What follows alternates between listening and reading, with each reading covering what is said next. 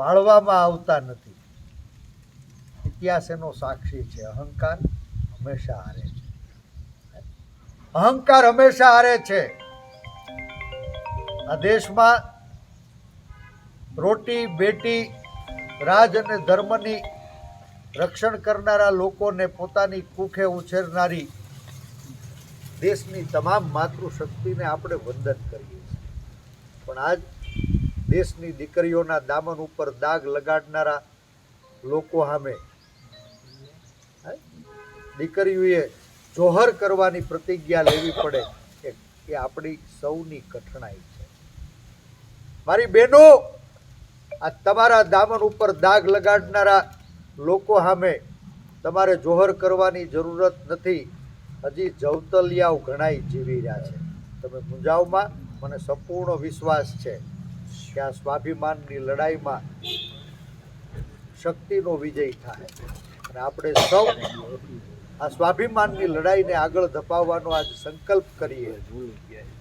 સત્તામાં બેઠેલા લોકોના અહંકારને ઓગાળવા માટે આપણે સૌ એકજૂટ થઈ 18 વર્ણ સાથે મળી અને 7મી મેએ મતદાન કરવાનો અવસર મળે ને ત્યારે પંજાનું બટન દબાવીએ એવી આપ સૌને હૃદયપૂર્વકની વિનંતી.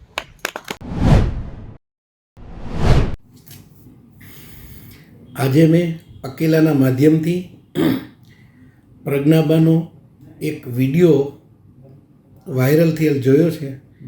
હું દુઃખ સાથે પ્રજ્ઞાબાને 2 હાથ જોડીને વિનંતી કરતો સંદેશ આપું છું કે બેનબા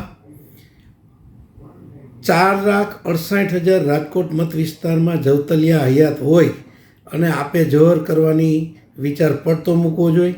અમે આપની સાથે છીએ અને આગામી ચૂંટણીમાં આપણે બધા સાથે મળી અને આ તાનાશાહને આપણે મતદાનના હથિયારરૂપી કે માધ્યમ દ્વારા આને નેસ્તનાબૂદ કરીએ એવી મારી લાગણી છે.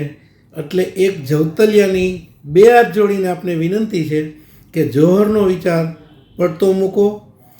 આપણે આપણી લડાઈમાં અમે જવતલિયા આપની સાથે જ છીએ એની હું ખાતરી આપું છું.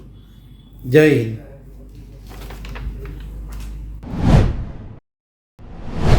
જય માતાજી, જય દ્વારકાધીશ. હું છું મીરા આહિર. થોડા સમય પહેલાં એક ઘટના બનેલી હતી જેમાં પરસોત્તમભાઈ રૂપાલા જે ક્ષત્રિય સમાજની સ્ત્રી વિશે બોલે છે, તો ખાસ કરીને એમને જણાવવાનું કે કોઈ પણ સ્ત્રી હોય, કોઈ પણ સમાજની હોય, સ્ત્રી પૂજનીય છે, પૂજનીય હતી અને પૂજનીય રહેવાની. એટલા માટે આ ઘટનાને હું વખોડું છું, કારણ કે ક્ષત્રિય સમાજની સ્ત્રી વિશે જે બોલે છે એ બહુ નિંદનીય કહેવાય. કારણ કે જેમણે જોહર કરેલું છે ને હિન્દુ ધર્મ માટે કેટલું કરેલું છે. આ વાતમાં હું ક્ષત્રિય સમાજની સાથે છું. એક કલાકારની દ્રષ્ટિએ, એક સ્ત્રીની દ્રષ્ટિએ હું સમાજની સાથે છું. કારણ કે જે બોલ્યા છે એ બહુ ખરાબ છે, નિંદનીય છે. હું વખોડું છું આ વાતને. જય માતાજી, જય દ્વારકાધીશ.